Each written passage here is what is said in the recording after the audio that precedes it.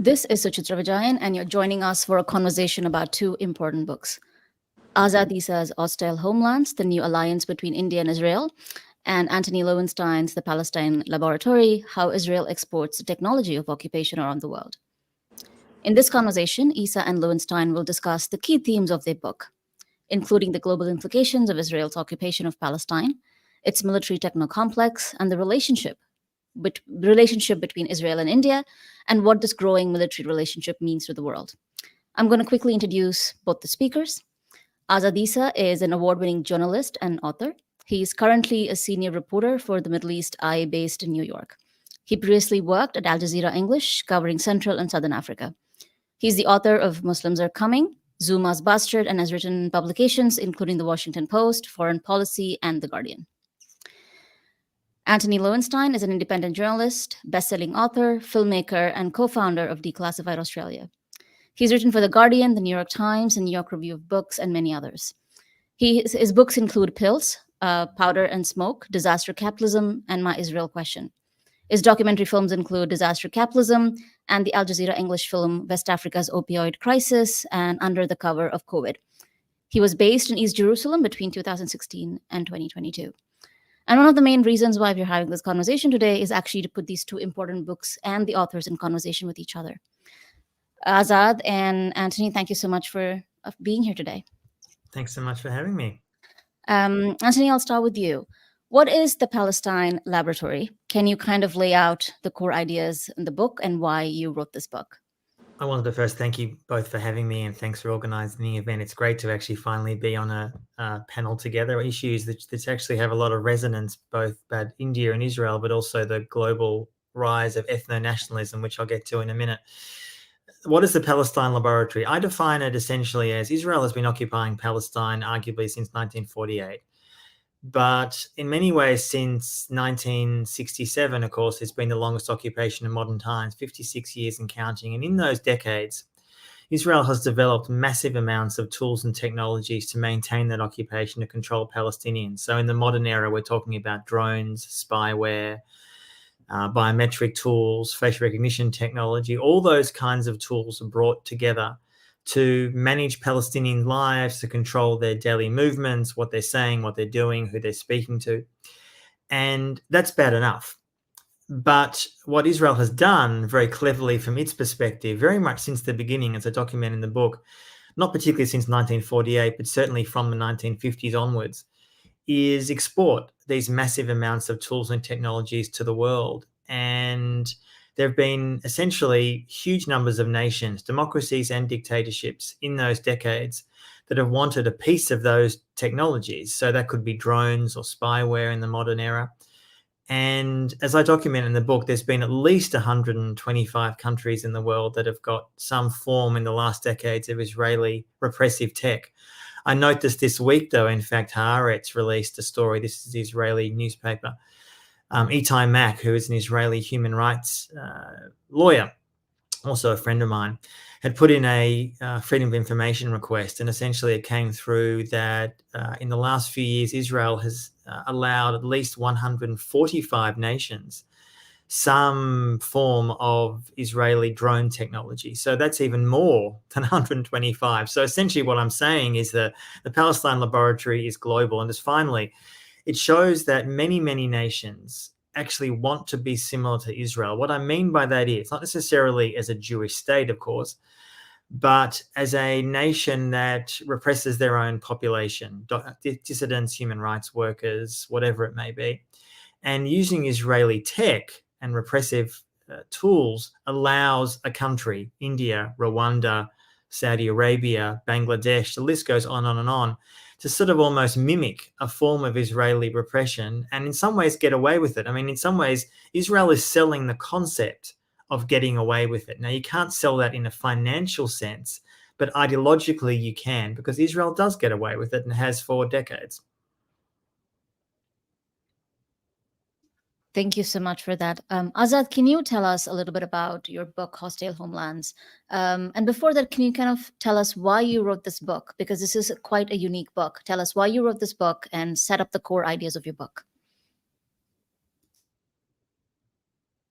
Thank you, Anthony, as well for joining. It's been a long time coming that we meant to have this kind of conversation.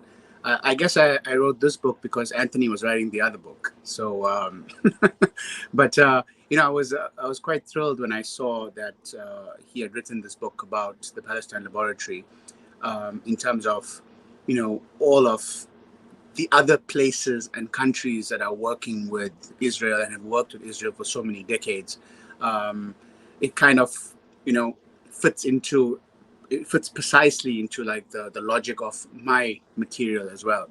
And the kind of background to this project is situated in my background as someone growing up in South Africa, having these very particular ideas about India, growing up, and having this, having these thoughts about and connections with regards to India being friends with the South African anti-apartheid movement, and being one of the first countries to boycott South Africa, and also having these strong, pro-Palestine sentiments, right? And when I discovered Kashmir as a graduate student, about 20 years ago, I go down a rabbit hole and I realize that India is actually not all that it's made out to be in terms of its foreign policy, in terms of its methodology, whether it is in India itself or in Kashmir. And when I traveled to Palestine several years later, I see the connections immediately between the two, and so it makes me start thinking about the ways in which Palestine and Kashmir are similar, and there isn't much of an appetite regarding that in terms of talking about it, because whereas there's a sense of what Israel is about, especially amongst the left, India has had a free pass for several decades because of its position on the non-aligned movement, being a bastion of anti-colonialism because of Nehru, because of Gandhi, because even the left cinema that it created in the 50s as well. And so people don't really want to have a conversation about what actually is happening in India. And when Modi becomes prime minister in 2014 and he starts moving very much closer to Israel, sort of the mask comes off, and it allows me then to have a few more conversations, more transparent conversations with people. But it doesn't need me to see it. I mean, it becomes very clear that Modi and Netanyahu become very, very close, visiting each other's countries, talking about these two ancient civilizations coming together. But I would say that in 2019, when a senior diplomat in New York told a bunch of Kashmiri Hindus that they would replicate the Israeli settler model in Kashmir, when that happened, I think I pitched the book 2 weeks later or 3 weeks later, because it was just like, okay, now it's time that we talk about this relationship. And so the book basically maps out a relationship between India and Israel. It starts off pre-partition of Palestine, pre-partition of the subcontinent. It moves to the military-industrial complex in terms of how these two countries cooperated with each other for several decades, despite there being no official ties between the two countries, which is exactly what Anthony talks about in his book, where there's like this parallel foreign policy and diplomacy, that's run by the Israeli military. That's quite okay to build these relationships with other countries and other armies, no matter who they are, right? And the book then moves into this ideological link between Hindutva and Zionism, to show that there's this sort of like kinship between the ideas of the state in many ways, and the fundamentals, and then kind of explores the diaspora in terms of the Indian diaspora and how they have operated with pro-Jewish Israeli groups, pro-Israeli Jewish groups, sorry, pro-Israeli Jewish groups in the US, and try to build this relationship between India. They precisely wanted India to come on board and become friends with Israel, because it does a big service to the Israeli PR campaign, right? It's no longer a pariah state, for the larger global South as such. And then finally, we talk about Kashmir and Palestine and the kind of the similarities. Thank you, Azad. I'm actually going to come back to you about the question about ideological affiliations between these movements.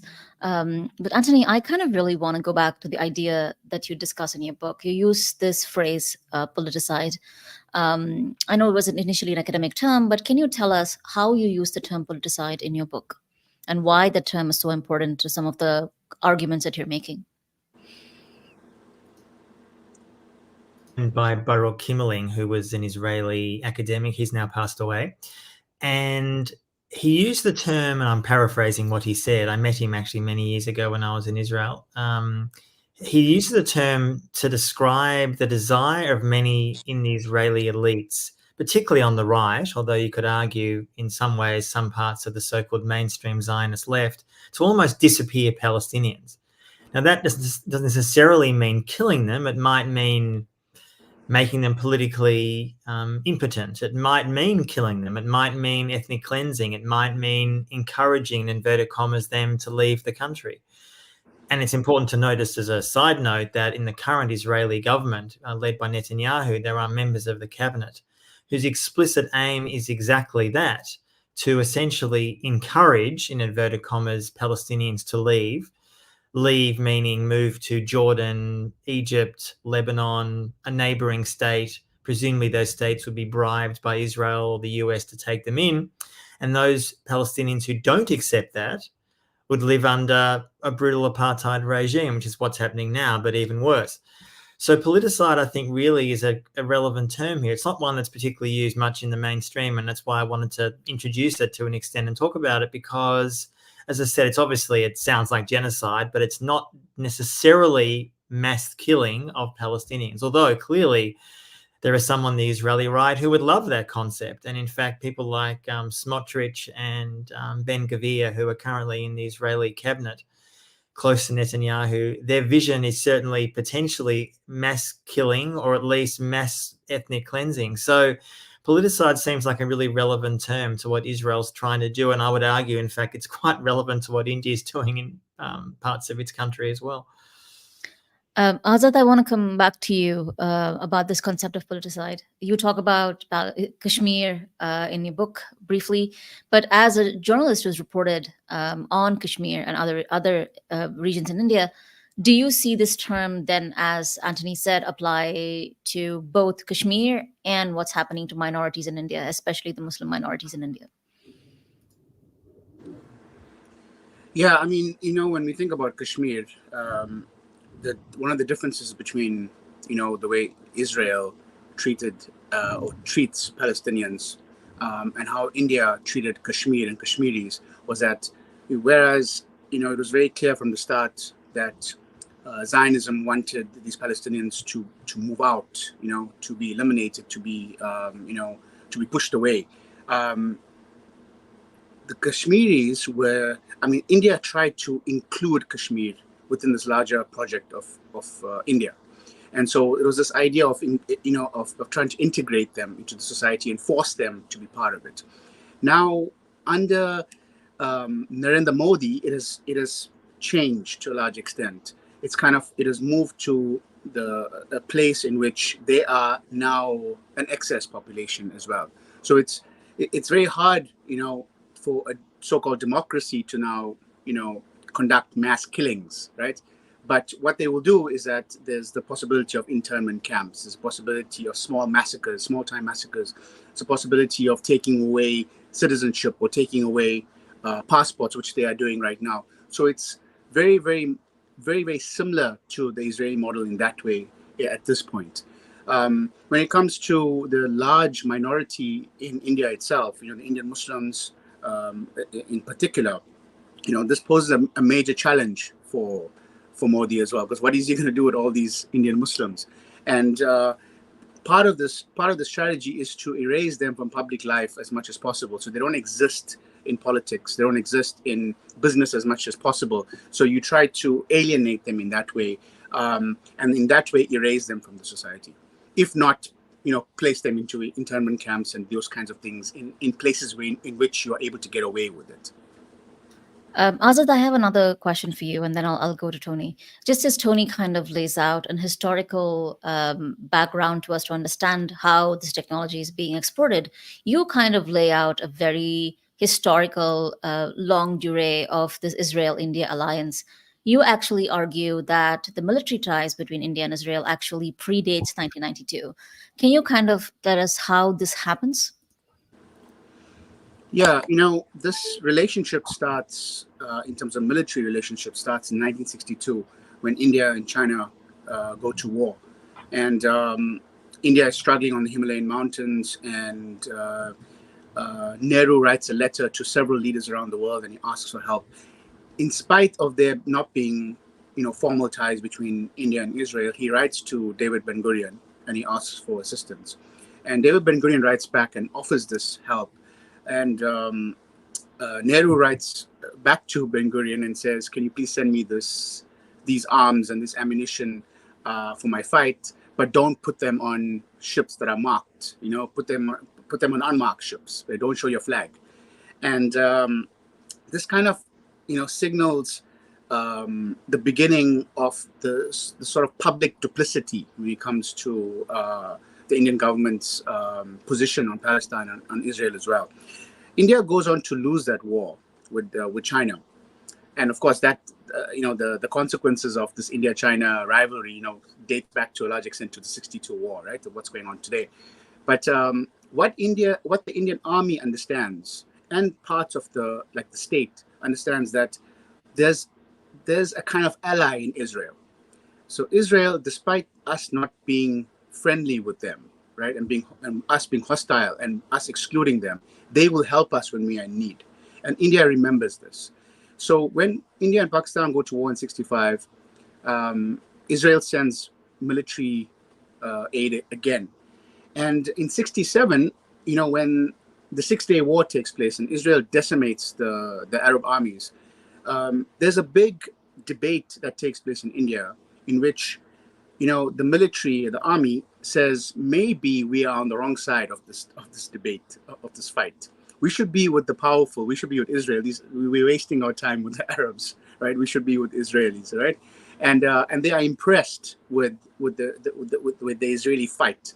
And in '71, what happens is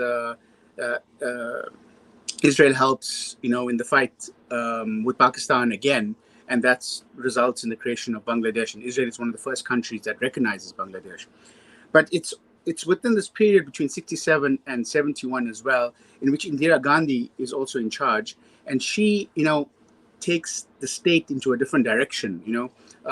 She presents India as a more, militaristic, a more powerful symbol, and she establishes ties between RAW, right, or she establishes RAW, the Foreign Intelligence Agency, with Mossad.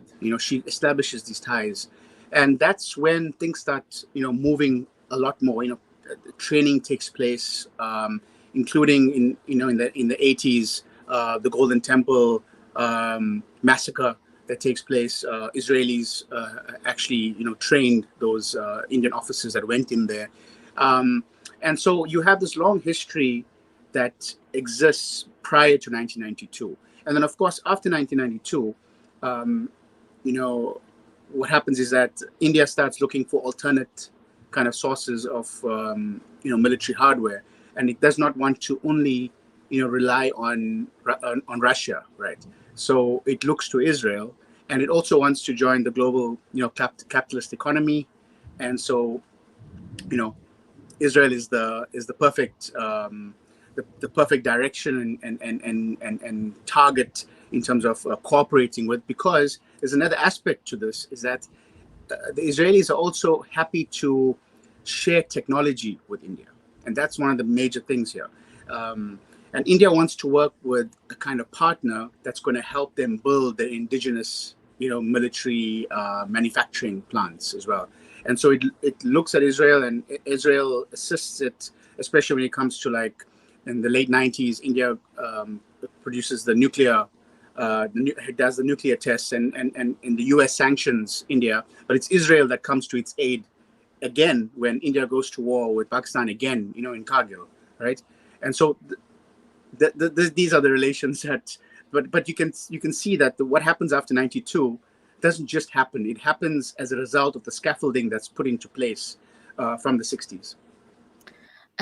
Antony, the thing that I really appreciate about your book is that you talk about Israel selling technology to India, especially defense equipment, the spyware. And I really appreciated the fact that you interviewed a number of people in India, lawyers, those who were spied on. Tell us a little bit about what it was like for you to interview these people, kind of give us a sense of what's happening in India based on this technology that Israel is selling to the Indian government to spy and surveil its lawyers, activists, and rights defenders. The context for that is that Israel and NSO Group, which is the company behind Pegasus, although as I say in the book, I think a lot of the Western media is overly obsessed on Pegasus. And I mention that only because although Pegasus essentially it's a phone hacking tool. So for people who don't know what it is, it essentially allows normally a nation state, military intelligence unit to get access to your phone, iPhone or Android, everything on there without you really knowing, text messages, photos, etc. And this has been happening to dozens and dozens and dozens of countries in the last 10 or 15 years. The first country that particularly was almost a test site was Mexico. Mexico was desperate for Pegasus. And in fact, weirdly enough, even now, Mexico remains to this day the nation most obsessed with Pegasus. The biggest user of Pegasus remains Mexico, even under the nominally left-wing government there. So go figure. Anyway, I mention this because there's so many other phone hacking tools that Israel is selling, but Pegasus, yes, is the most infamous. India has been buying this for a number of years. And the reason I wanted to focus on this was partly because, although, of course, Azad has written a whole book about this, but the notion that, of course, I wasn't aware of that, by the way, when I was writing my book, that his book was coming out. But I think it's important to say that even when I was writing it in the last years, and even more so now, India is still framed, frankly, very incorrectly, as this bastion of democracy against this awful, evil China. I mean, that's clearly what's going on here, that so much of the West, the US, my country, Australia, and others view India as some kind of bulwark against Chinese aggression, both in the Indo-Pacific region and globally, which I would argue is complete nonsense. But the reason I wanted to speak to Indians who are deeply impacted, and I should say the people I spoke to, took a lot of time, I think, for them to trust me, not because it was me, but because people are scared. People are nervous. People are already feeling that their lives have been violated. I spoke to a prominent lawyer who's been working on some prominent cases the Indian state has brought against various Indians, and he had his phone essentially hacked by Pegasus. As is often the case, wasn't aware of it when it was happening, got informed of it afterwards. And he was still nervous about that. He said to me, and I'm paraphrasing the words that he gave me for the book, I never really felt safe again, meaning that he himself wasn't killed. He hadn't been arrested at that stage, but his entire privacy, both his work privacy and people he's contacting, and also the people who his personal life, his wife, kids, personal life had been violated. And I think that's what a lot of people maybe don't understand about this tool, that Pegasus itself, it's not a gun. It doesn't literally shoot you. It doesn't assassinate you. It doesn't murder you in the street. Although, of course, it's important to say that many people I speak to in the book who have been surveilled by Pegasus are murdered by the Indian state, the Mexican state, and others, to be sure. But the violation of that, and just finally on this point, the real problem with the phone hacking world is that it's completely unregulated. There's no regulation really of any sort. There's no real interest in putting regulation. The EU has kind of been flirting with that, but of course the EU and many EU states are obsessed with phone hacking tools themselves. They use them all the time, Greece being the most obvious example. Many others do as well, not just Israeli, but particularly Israeli. So I feel like we're sort of at the stage now, very much like decades ago, before any kind of legal international framework around nuclear weapons or chemical weapons, where clearly there's still proliferation of both, but there's at least a framework. There is no framework around spyware, zero. And at the moment, I think that's a real hole that many are pushing for, but very few states are interested in implementing. Antony, I have another question for you. In the book, you talk about Israel enjoying this kind of global impunity. Talk to us about this idea of global impunity, and then Azad, I'll come back to you and ask a very similar question about India's now increasing impunity in terms of what it does. Antony, do you want to go first and tell us about this Israel's idea of global impunity? Well, Israel knows how to get away with it. I mean, I write this book and I speak as someone who is Jewish. I mean, I'm not religious. I'm a secular. I call myself an atheist Jew, so people can either be confused by that or Google what that means. But I'm not religious by any means. The only reason I mention that is that I grew up in Australia, like many Jews do, and Israel is a pretty important part of the Jewish community, both then and now. I think often there's been a moral collapse around the Jewish community and Israel. I only mention that in the context of your question because that impunity, in my view, has a lot to do with since 1948, Israel being granted that impunity by obviously many Western powers and also the global Jewish diaspora. Obviously not everybody, but the vast majority. And that impunity, I think, has partly to do with history, partly the Holocaust, partly the fact that Israel is a massive close ally of the US, partly many states view the road to Washington as going through Israel. So, for example, many Arab states that are very close to Israel wanting to buy spyware view good relations with Washington as really the world's only superpowers going through Israel, which might seem like a weird, indirect way of doing so, but I think that is how many states view it. And that impunity, I think, is something that many other states want to mimic. As I said at the beginning, I have a lot of information in the book about this, declassified documents and interviews that I did for that book.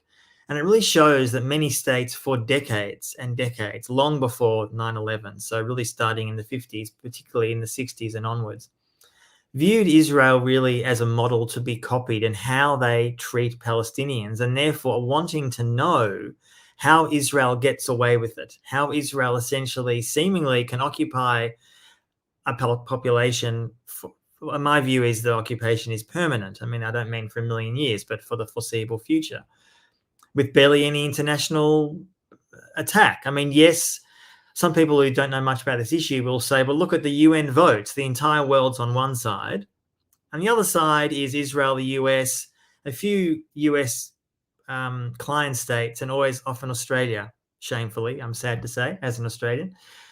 But that's, of course, not the reality. The reality is Israel enjoys massive global impunity, partly because of the US, but not solely. And it's interesting, in the last while, there's growing debate within the US, but also Israel, of cutting US military aid. And I'm not just talking about the left, I'm talking about the right. There are some in the Republican right in the US and some in the Israeli right who say, we don't need this aid. The aid is, we don't know the exact amount, to be honest, because officially it's about 4 to 5 million-ish, but it's probably more. Israel would survive very fine without that aid.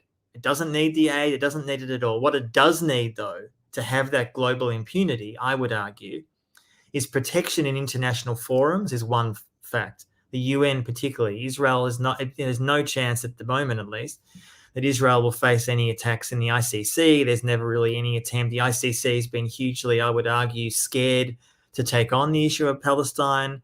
Over a number of special investigators at the ICC have talked about investigating Israel and Palestine. There's ongoing investigations into what's happening in Palestine. It goes nowhere. Whereas almost seemingly 24 hours after Russia's illegal invasion of Ukraine, there's talk about putting Putin on trial. And it's not the defense of Putin by any means, but it shows the double standards. And I think a lot of the world sees that double standard. A blind person can see that double standard, and they want to copy that. And I think Israel in some ways can give lessons in how they get away with it. Israel in some ways is a unique case because of history, because of the Holocaust, because of often the precarity of the Jewish people historically. There's various reasons. I think also, I think there's a reason why a lot of Western settler colonial states, New Zealand, Australia, Canada, do view Israel as a bastion of democracy and freedom, because they see they don't often acknowledge this, of course, not politically, that they have an affinity, that Israel has occupied and colonized Palestinians for decades, 75 years plus.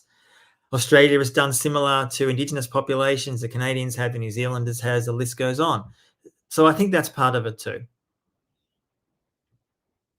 Azad, do you want to come in on your view on India and its growing impunity, especially given what happened with Trudeau making the public announcement that India is implicated in the assassination of a Canadian citizen of Sikh descent? Yeah, I mean, to be honest, like, I have so much to say on this, and yet I don't know where to start. Because on so many levels, like, India, on one hand, India is copying Israel in so many ways. On the other hand, India has its own trajectory as well, in terms of a country that has built up all these levels of soft power to protect itself from being held accountable.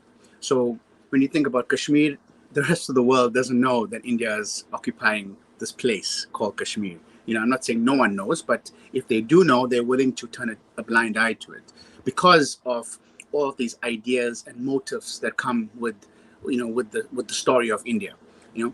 And now we're at a situation where there's a very fascinating dynamic taking place. On one hand, you have India moving very close to the US, and so it is therefore becoming kind of that state that is protected by this big brother, right?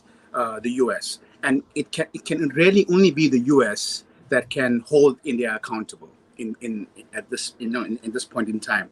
Now, when you look at Israel or even Saudi Arabia, even these two countries that were under that sort of like cover of the US and Washington, they're kind of trying to slip out of it at this point in time. And Biden doesn't want to be seen too close to Netanyahu and all of these things, but those are all public postures. But India is trying to mimic Israel in that way, in terms of it's trying to position itself as a country that is powerful, that's militaristic, that's influential, and can get away with several things. On the other hand, it's presenting itself in a way to the global south as a kind of Trojan horse, moving into these avenues of power, in that it'll represent their interests, when they're on the table. So they want to be on the UN Security Council. They want to be a leader of the G20. They want all of these things, and so they are playing both sides here. And in this way, what's happened is that if India wants to be held accountable, who is going to hold them accountable? The US needs them in the fight against China, right? And it's not just about this political fight, it's an economic fight. They want to move all this manufacturing and all of these supply chains to India. The global south needs a kind of big partner, that can support it in these big institutions as well. And it looks at India for that guidance and for that support. And when we think about how India is, moving towards this Israeli model, but also this kind of settler colonial Western liberal democracy model, where it's laden, with this hypocrisy, right? India is not a signatory to the ICC, for instance, but we won't know that. We won't imagine that they're not part of that. And it's part of this logic in which, as a democracy, and as a kind of like the oldest democracy or the biggest democracy, as these slogans are used with the US and India, for instance, or like the only democracy in the Middle East. The idea is that we have the institutions within the democracy to deal with our failures, that the international community does not have to deal with our failures. We will deal with them. We can hold ourselves accountable. We are not an authoritarian state. And that's where the danger is with all of these countries that especially label themselves as democracies, because they create this idea that, they are self-regulating in many ways, and they are not.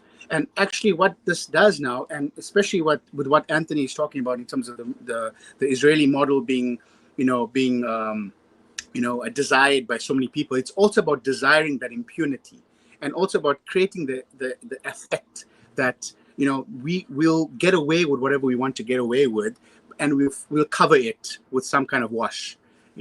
And I think that's where we are with India. When you think about what has happened with this alleged assassination in Canada, and the way India has, thrown all the toys out the court, and become so obtuse in discussing this issue. Now they want to kick out 41 other diplomats, right? And they've cut off visa access for Canadians. This is not a country that's willing to actually talk and negotiate and actually interested in being held accountable. This is a country that wants to be a bully, and it wants to be recognized as a country and a nation that can do whatever it needs to do. It's kind of like it's almost like a revenge democracy at this point. It's like coming out with like vengeance at this point. Antony, I'm not sure where in the book you talk about, you see this kind of signaling of an ideological alignment between Israel and India. Can you talk to us about this alignment that you saw as you were writing this book? I can. I mean, I give the context a little bit further back. Let me just briefly explain. I see Israel as having a lot of ideological alignments with the country I'd name, I think, first is South Africa during apartheid, where people listening to this event may well know this, but just very briefly, there was a very deep connection between the two nations. It wasn't just a defense relationship. In fact, it was a ideological alignment that both nations, both leaders of both countries during the worst era of apartheid. I'm talking about apartheid in South Africa now. Of course, there was also apartheid in Palestine. It's a bit confusing. So much apartheid is they admired how the other nation was repressing in South Africa the blacks and in Palestine the Palestinians, and very much viewed themselves as in the forefront at the war against barbarism. It's only us against the hordes, unless our regimes survive. Now, obviously, apartheid ended in 1994. What many people don't know is when virtually the entire world had finally come around to opposing apartheid for a range of reasons, some legit, some for pragmatic reasons, Israel did not. It publicly did, but privately it did not. And I show in the book through declassified documents that they were kind of worried about what was going to happen next. Not worried about what was going to happen to democracy, worried that their glorious partners were going to fade and disappear.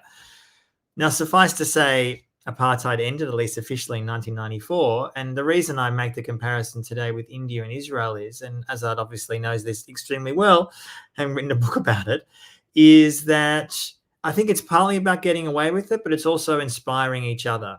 And the reason, Assad mentioned before this concept of India being a bully and Israel is the same. And often the response to when a country is attacked, like India or Israel, is this kind of eruption of how dare you. But it's funny, actually, with Israel, I think it's a tad different. And I'm interested to see if Azad thinks that in relation to India.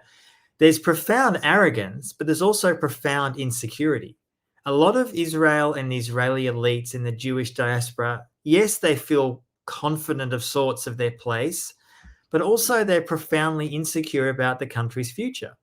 Now, they don't necessarily say that. They don't come out and say, are we going to be around in 5 years? They don't.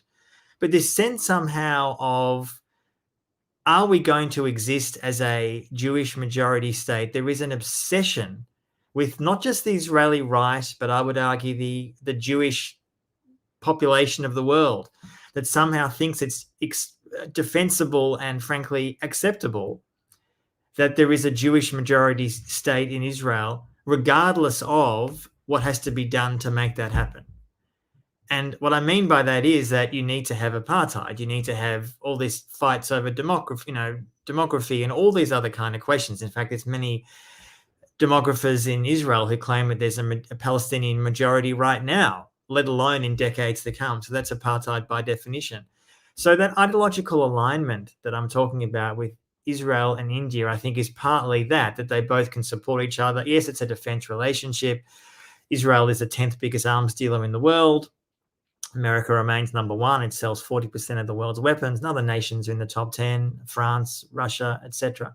Israel is number 10. In fact, it seems pretty likely that when the figures for 2023 are released next year, that the figures are going to be the highest ever. Israel recently released its 2022 figures, which were 12.5 billion, the highest ever, double what it was 2 decades ago.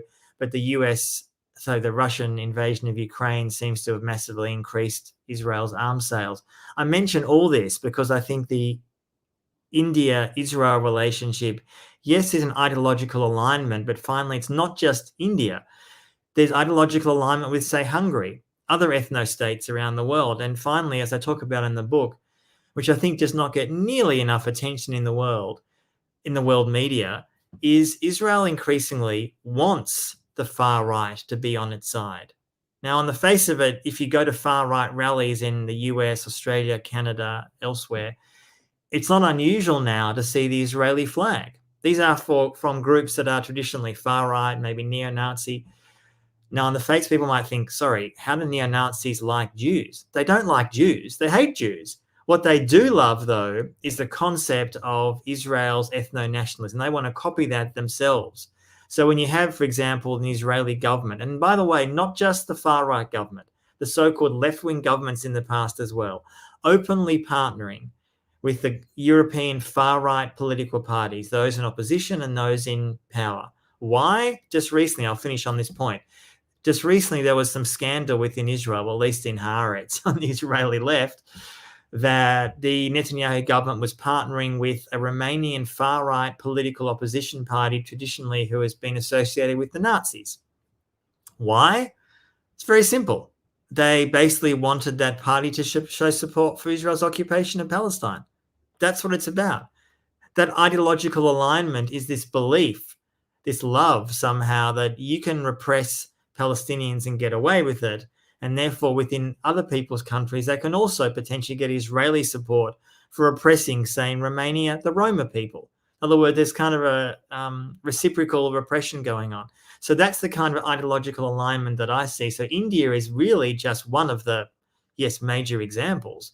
But there are so many others that a state like Israel, which is a tiny nation, really, with a very small population, is becoming almost one of the key ideological touchstones of the global far right. Thank you, Antony. Azad, do you want to quickly comment on that? And then we can kind of have one last question and then we can round it up on the ideological alignment. Yeah, absolutely. Before I comment on that, I had a question for Antony, right? And it's related to what we've been talking about, and especially also his points about how Israel is a kind of model for so many people, right? And so many countries, it's not just India. In your conclusion, you start off with a quote from Netanyahu, and I was struck by that quote. It reads, "They, meaning the world, will become more like us than we will become like them." I was struck by that, and I was wondering, when did he say that, and in what context did he say that, if you can recall? And yes, I was hoping you wouldn't ask me the date of that. I'm going to say in the last decade, because I haven't got the actual quote in front of me. Yeah, I can't remember the exact context of that, but my guess is. Sorry about that. No, that's okay. But I think in some ways, I think it was actually, now I think about it, maybe in the context actually during the Obama era, where there was some pressure by the Obama administration. It was pretty weak and useless, frankly, but some pressure a little bit to stop settlement expansion in the West Bank and East Jerusalem. And Netanyahu and his coalition were outraged that how dare you try to criticize us as a Jewish state. And Obama framed himself, frankly, falsely, as this kind of humanitarian, this lover of democracy, which was all bollocks because he essentially loved drone killings across the world. But nonetheless, that's how he framed himself. And Netanyahu's response to that was, the more and more of the world will become like us. And what he meant, I think, without wishing to psychoanalyze him for too long, is this belief somehow that what Israel promotes and sells to the world is a dismissal of the ideology of human rights, of believing in minority rights, all those kinds of things that at least democracies claim to have. I'm not saying they do a very good job of it in the US, Australia, or elsewhere, but they claim to. Israel doesn't even claim to. It's not even, it's not even claiming to protect minorities. It's not even claiming to be a democracy. Yes, it says it's a democracy, but who actually believes that, honestly? Yes, that many in the Jewish diaspora still claim that, but there are many of us in the Jewish diaspora who are challenging that every day and saying it's complete bullshit, frankly. Obviously, it's not. That, to me, is what Netanyahu is saying there. he's trying to claim, and I fear with a degree of, he's being actually quite prescient there. I think that was said at least 10, 15 years ago. And I think in some ways he would look at the world now and he would say correctly that more and more of the world is seeing the world through our eyes.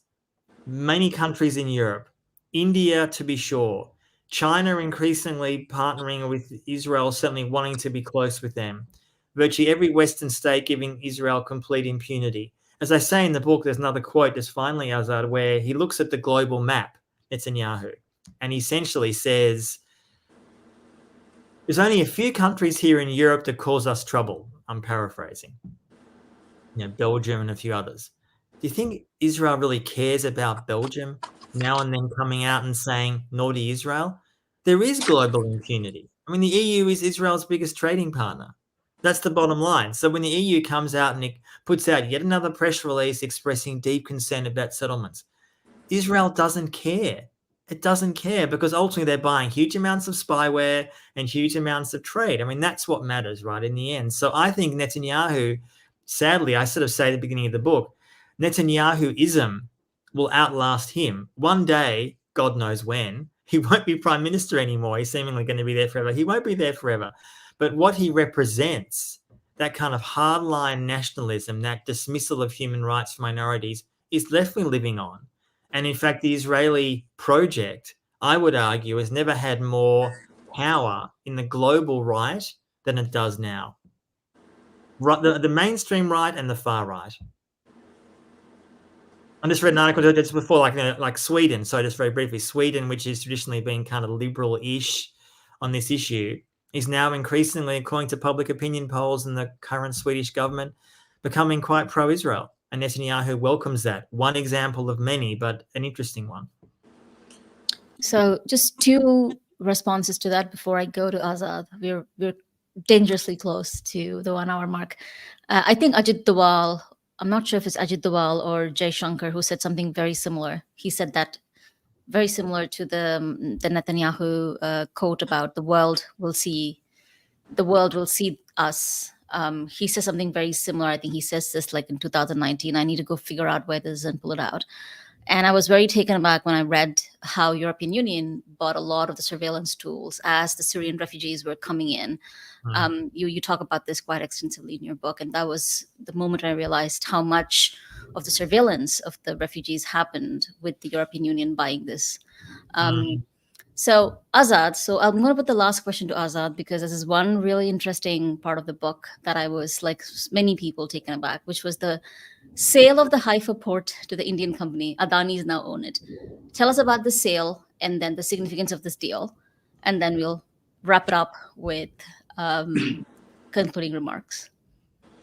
Yeah, I mean, that is quite a crazy story if you think about it. Like the Haifa port, when Palestine is partitioned, Haifa goes to Israel, to this new state, and it becomes a major site of displacement of Palestinians, and it becomes one of the most profitable ports, or the biggest ports in Israel over the last several decades, and you now have an Indian flag that's flying outside that port, which is absolutely remarkable.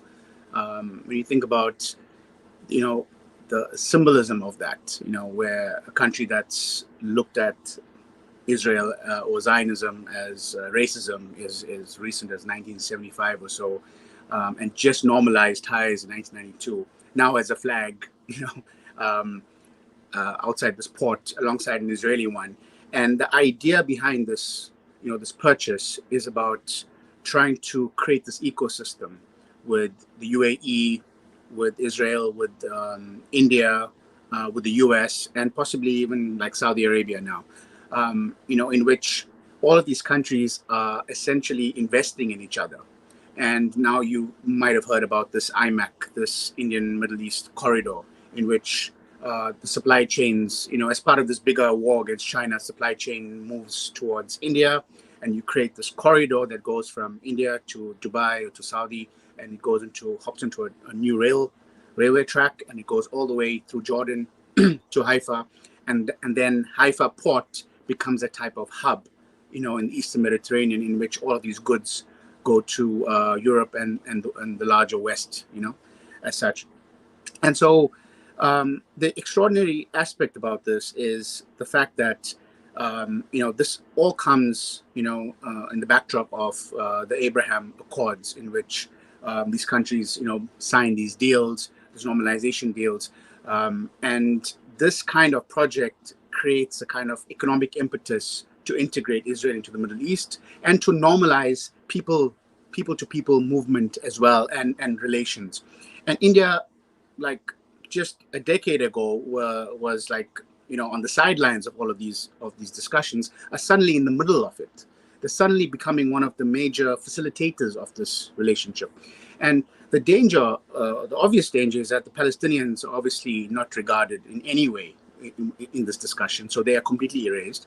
The second part of this is that if India is now, and I mean they've been doing it for some time, but in this particular case, if they are investing in a kind of hyper-capitalist sort of hub in Israel, and Israel is investing in India, building, co-producing weapons, investing in sort of like unicorns as well, and all kinds of other startups. And the UAE is investing in Kashmir, and the Indians are investing in the UAE. It's kind of like this crazy ecosystem in which you don't know who to blame anymore. It becomes you're kind of like internationalizing the occupation almost in an institutional manner. And so the idea is that port will continue operating no matter what happens inside Palestine, or what happens within Israel, in terms of if there's this judicial coup, for instance, takes place. That port won't be affected because there are too many stakeholders involved. And so we are creating, it becomes a kind of laboratory, economic laboratory of its own, in a way, in which you can then export that example to other places around the world, in which people, in terms of labor, in terms of societies, in terms of communities, these are all excluded, and it's all ruled by these sort of authoritarian capitalists, eventually. And I think this is being framed as a kind of economic alternative to China, but it's just as disconnected as the Chinese economic model in many ways. And so we are facing an extraordinary moment in which this Abraham Accords have come in, and India has used that to accelerate their relationship with Israel by almost 10 or 15 years, to ensure that they don't get left behind, in this drama. Thank you, Azad. Antony, do you have any concluding remarks? Well, I actually want to end on a little bit of hope, which might be bizarre after our conversation. Let me just explain what I mean by that. On the face of it, the picture of this situation is grim. The occupation of Palestine's never been arguably worse. There's a far-right Israeli government. You have global impunity. It's grim. And I'm not for a second trying to sugarcoat that. But while that's all happening, what's also happening in many Western states is actually a real shift in public opinion. There's no doubt about that. And that's not just based on my feelings. It's based on anecdotal, researched fact. So in the US this year, for example, for the first time ever, a majority of Democratic voters supported Palestine over Israel. There is as I call it, a civil war going on in the Jewish community, particularly in the US, which I support. What I mean by that is like an insurgency of sorts, a non-violent one, thankfully. What I mean by that is that, and it's generally generational, generally younger Jews versus older Jews who are very pro-Israel, who support it for decades, who are backing the AIPAC hardline view of the world, versus many, not just a handful of far left Jews, but I'm talking about a sizable minority still, but a growing minority of Jews who do not accept what Israel's doing, do not accept US support for that, being involved in groups like If Not Now, Jewish Voice for Peace, magazine like Jewish Currents. I'd encourage people to look at all those three examples. They all do interesting work, not just for Jews, of course, but just for wider readers and interest.